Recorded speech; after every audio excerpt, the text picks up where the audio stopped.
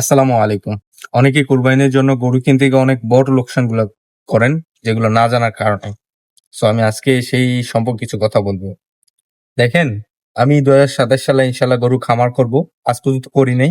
But এখন বলতে পারেন তাহলে আপনি কিভাবে জানেন ভাই? আমি বিশ্বাস করবেন কিনা আমি কাজের একটু সময় পাইলে কাজটা সাইরেই আমি অভিজ্ঞ খামারি, অভিজ্ঞ ভেটেরিনারি ডক্টরের সাথে তাদের ভিডিও, তাদের সাথে কথা বলার চেষ্টা করি, তাদের থেকে পরামর্শ নেওয়ার চেষ্টা করি। সেই থেকে আমি আপনাদের সাথে আজকে কথাগুলো বলছি।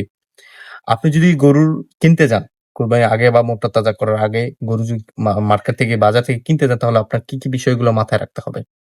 নাম্বার 1, আপনাকে অবশ্যই ভালো জাতের গরুগুলো নির্ধারণ করতে হবে।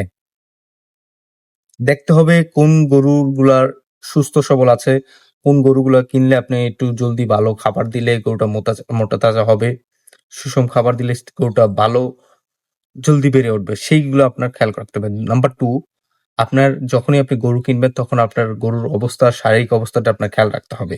সুস্থ আছে কিনা, গরুটার জ্বর আছে কিনা অতিরিক্ত মাত্রায়, গরুটার নাক দিয়ে বেশি পানি পড়তেছে কিনা, গরুটার হাঁফাইতেছে কিনা, শ্বাসকষ্ট সমস্যা আছে কিনা, এগুলো আপনার দেখতে হবে।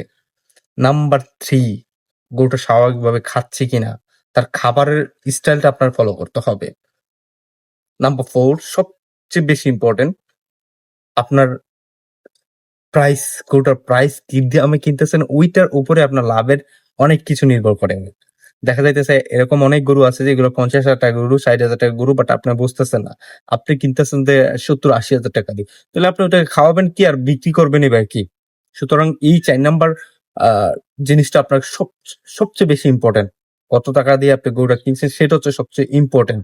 আর লাস্টে এটার কোনো রিস্ক না, বাট আমি এটা বলতে চাচ্ছি এটা আপনার ঝুঁকি কমানোর জন্য। আপনি যার থেকে গরুটা কিনবেন, আপনি খেয়াল করবেন ওই গরুর মালিকটা সত্যি কিনা। অনেক দালাল আছে ভাই, অনেক ব্রোকার আছে বাংলাদেশি মার্কেটে গরু বিক্রি করে, তারা গরুর অস্তিত্ব বা গরুর অতীত সম্পর্কে জানে না। যদি আপনি একজন অরিজিনাল মালিক থেকে কিনেন তাইলে আপনার ওই গরুটার সম্পর্কে, গরুটা আগে ভ্যাকসিন দেওয়া আছে কিনা, টিকা দেওয়া আছে কিনা সেগুলো আপনি জানতে পারবেন। এতে করে দেখা যায় অনেক ঝুঁকি কমে যায়। আপনি অনেক কিছু জাইনা ফেলেন গরুটার সম্পর্কে। তারপর দেখা যায় বাড়িতে আইনা আপনি যেগুলো দরকার, যে ভ্যাকসিনটা দেয় নাই বা যেটা কয় মাস আগে দিছে সেগুলো জানেন। তখন আপনি আবার রিপিট করতে পারেন ভ্যাকসিন গুলা। সুতরাং এই সবগুলো জিনিস আপনার মাথায় রাখতে হবে। তাহলে দেখা যাবে ইনশাআল্লাহ আপনি গরু পেলে, গরু কিনে কিছুটা লাভ করতে পারবেন ইনশাআল্লাহ।